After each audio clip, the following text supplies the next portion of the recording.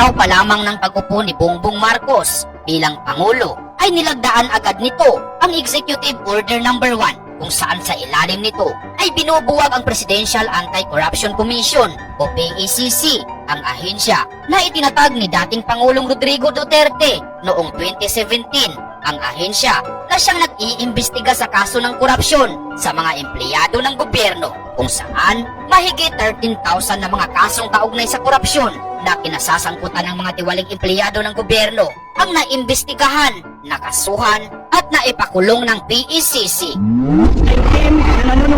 Noong June 30 o sa unang araw ng kanyang pag-upo bilang Pangulo ng Bansa, pinirmahan na ni Ferdinand Marcos Jr. ang Executive Order No. 1. Sa ilalim nito, binubuwag ang Presidential Anti-Corruption Commission o PACC, ang ahensya na itinatag ni dating Pangulong Duterte noong 2017 upang imbestigahan ang mga kaso ng korupsyon ng mga empleyado ng gobyerno.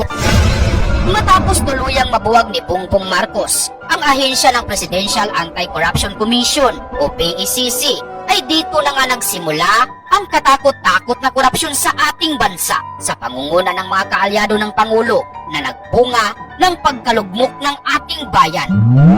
Paano ba naman kasi? Sino pa ang mag-iimbestiga at hahabol sa mga kawatan na kawani ng pamahalaan?